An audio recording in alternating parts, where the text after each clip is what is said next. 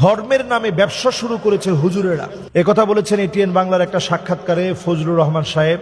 আমি বলবো এই লোকটা চরম বেয়াদব, চরম মাপের বেয়াদব।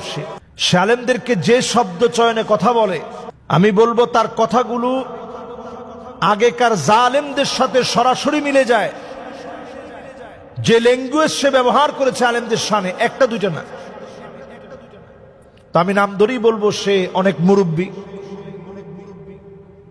বয়সে প্রবীণ হওয়া সত্ত্বেও তার বুদ্ধি পরিপক্কতায় সে পরিপক্ক মানুষ হতে পারে নাই। বয়সের সাথে সাথে তার মেধাটা আসলে পরিপক্ক হয়নি। অনেকেই দেখবেন ওয়ামান ইআতামাদা আলা আকলিহি দাল্লা, ইসলামকে নিয়ে বুদ্ধিভিত্তিক মার পেছে, ইসলামকে মার দেওয়ার চেষ্টা করে, আলেমদেরকে মার দেওয়ার চেষ্টা করে। যতবার এই চেষ্টা যারা করছে আপনি রেজাল্ট দেখে রাখবেন। ওয়ামান ইআতামাদা আলা আকলিহি দাল্লা, আকল দিয়ে যদি আপনি ইসলামের বিরুদ্ধে কথা বলেন, পাগল বানায় আল্লাহ ডাস্টবিনে আপনাকে নিক্ষেপ করবে। বিগত দিনে তাই হয়েছে।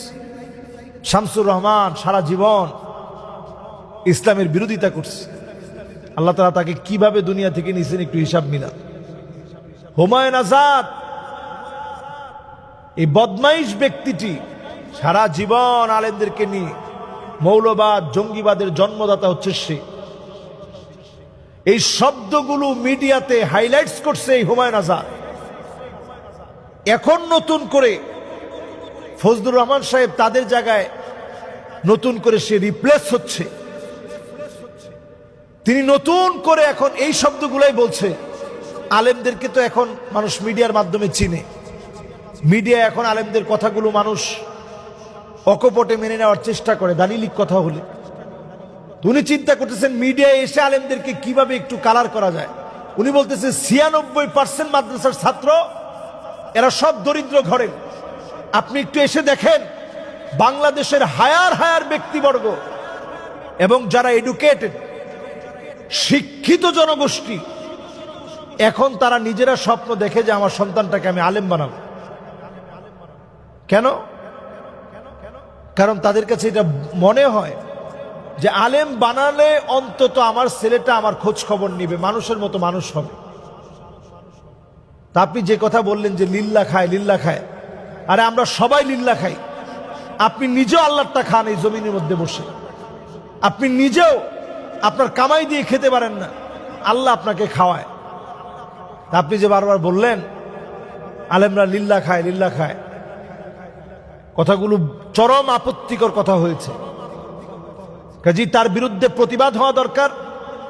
এবং আমি বলবো যদি এগুলোকে এখনই সোজা করা না হয়, সামনের দিনটা ভয়াবহ হবে। এজন্য দলীয়ভাবেও এদের ব্যাপারে সজাগ দৃষ্টি রাখা দরকার।